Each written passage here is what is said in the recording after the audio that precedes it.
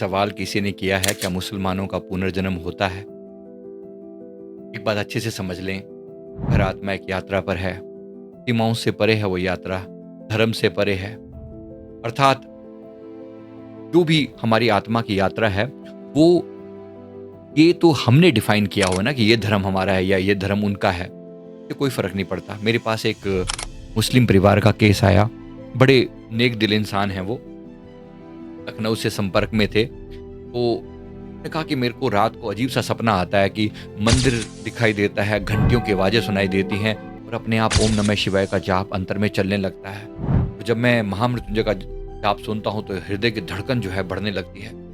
बड़ी अजीब सी बात लगी। जब हमने उनका पास्ट देखा तो बड़ा अजीब चीज़ सामने आई। ट्रांस में गए वो। उन्होंने कहा कि मैं एक ब्राह्मण हूँ, मेरा नाम गोविंद है, मैं काशी में रहता हूँ। 1913 का उन्होंने कुछ बताया।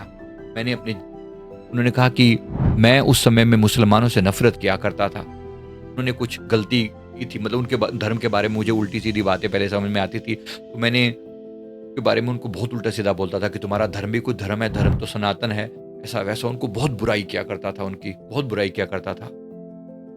अंतिम समय में मैं बहुत गरीब रहा और अंत में मेरी मृत्यु हो गई। उन्होंने कहा कि जब मैंने इस जीवन में देखा, सबसे बड़ी बात जो मुझे दिखाई गई कि क्योंकि तुमने मुस्लिम धर्म का अपमान किया, बार-बार, बार-बार उनके बारे में बुरा बोला, परमात्मा ने इस वक़्त तुम्हें मुस्लिम बना दिया।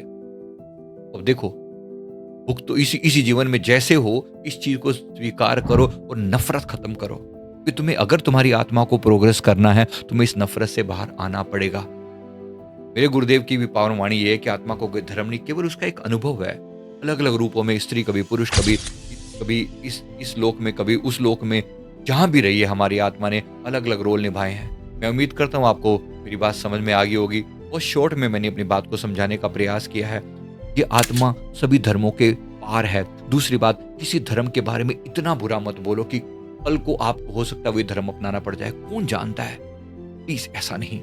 बेशक बेशक आपके अपने धर्म की महानता गाओ, हमारा सनातन सर्वोपरि है, सर्वोच्च है, इसमें तनिक भी संशय नहीं। तो हृदय से कहो कि हाँ, मैं एक दृढ़ सनातनी हूँ, मैं एक पक्का सनातनी हूँ। पर किसी दूसरे के धर्म को बार बार नीचा में दिखाओ। कौन जाने तुम उस जन्म में, उस धर्म में एक जन्म बिताना पड़ गया तो क्या होगा। इसलिए बड़े प्यार से मैं उम्मीद करता हूँ सबको मेरी बात समझ में आ चुकी होगी। वीडियो जरूर लाइक कर दें। Thank you very much. बहुत बहुत शुक्रिया।